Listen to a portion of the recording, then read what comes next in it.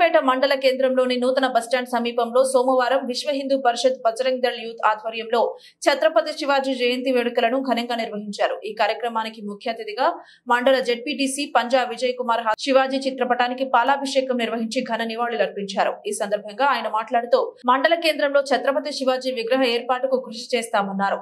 భారతదేశాన మరాఠా సామ్రాజ్యాన్ని నెలకొల్పి మొఘల్ సామ్రాజ్యాన్ని ఎదిరించి మరాఠా వీరుడిగా పేరుగాంచిన భారతమాత ముద్దుబిడ్డ స్త్రీని గౌరవించి హిందూ ధర్మానికి వన్నె తెచ్చిన వీరుడు ఛత్రపతి శివాజీ అని కొనియాడారు। ఆయన ఆశయ సాధనకు ప్రతి ఒక్కరూ కృషి చేయాలన్నారు।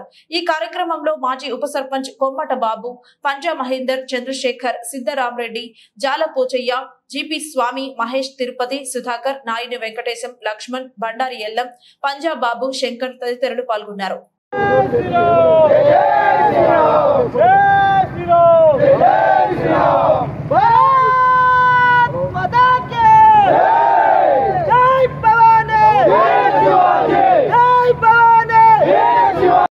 నిజాంపేట మండల కేంద్రంలో ఛత్రపతి శివాజీ జయంతి వేడుకలను రంగరంగ వైభవంగా యువత ఆధ్వర్యంలో చేయడం చాలా ఆనందదాయకం।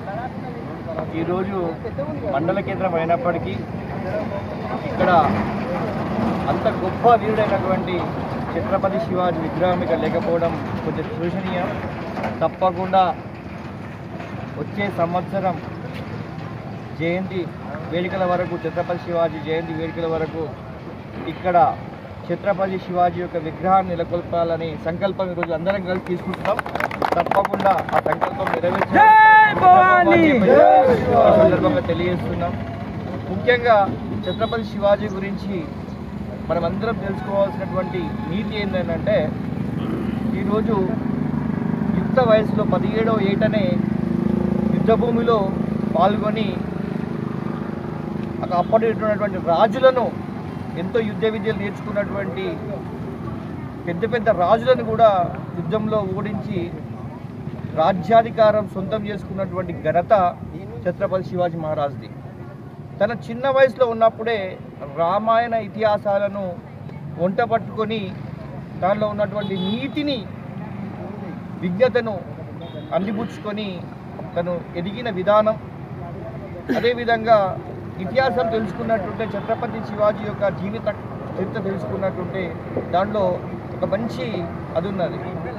తను సైన్యము ఒక రాజ్యాన్ని ఓడించినప్పుడు ఆ రాజ్యంలో ఉన్నటువంటి రాజు యొక్క కోడలు అందంగా ఉన్నదని చెప్పేసి తన సైన్యము రాజు దగ్గర తీసుకొని వస్తే తను ఒక మంచి మాట చెప్పాడు, అందంగా ఉన్నట్టయితే నేను కూడా ఇంకా అందంగా పుట్టేవాడినేమో అని ఆ స్త్రీని తన తల్లితో పోల్చి, ఏ స్త్రీనైతే యుద్ధ భూమిలో ఓడిపోతే వాళ్ళ కుటుంబానికి సంబంధించిన వాళ్ళు ఉన్నారో ఎవరిని కూడా మనం హింసించొద్దు, అక్కడ వాళ్ళకి కావాల్సినటువంటి ధనధాన్యాలను వైభవంగా ఇచ్చి మళ్ళీ వాళ్ళకు సైనిక వందనంతో వాళ్ళని పంపించి ఆ రాజ్యంలో వాళ్ళను మరి పంపించి ఆ కుటుంబానికి అండగా నిలిచినటువంటి గొప్ప యోధుడు ఛత్రపతి శివాజీ।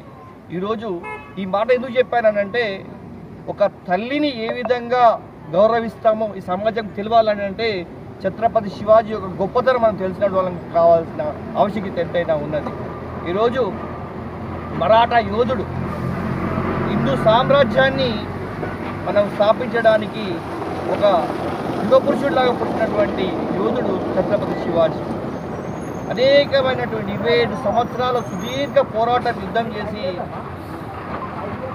మరాఠా యోధుడిగా పేరు తెచ్చుకున్నటువంటి ఛత్రపతి శివాజీ ఈరోజు తీసుకున్నట్టంటే గత 10 సంవత్సరాలుగా భారతదేశాన్ని ఒక యోధుడిగా ప్రపంచ దేశాల్లో ఎక్కడ వెళ్ళినా కానీ మనకు గౌరవం సంపాదించే విధంగా మన విశ్వగురువుగా అవతారం ఎత్తినటువంటి నరేంద్ర మోడీ కూడా ఆ సంతతకు సంతరిస్తున్నాడు। కాబట్టి తప్పకుండా రాబోయే రాజ్యం రామరాజ్యం కావాలనంటే ఛత్రపతి శివాజీ వారసులమని చెప్పుకునేటువంటి మనం అందరం గర్వపడాలనంటే ఈ హిందుత్వం బలపడాలి, శివాజీ యొక్క కలలుగన్న సామ్రాజ్యం నిర్మితం కావాలి, రామరాజ్య పట్టాభిషేకం కావాలని చెప్పి ఈ సందర్భంగా తెలియజేస్తూ ఈ అవకాశం కల్పించినటువంటి మండల యువత అందరికీ కూడా పేరు పేరున ధన్యవాదాలు తెలియజేస్తూ ముగిస్తున్నాను.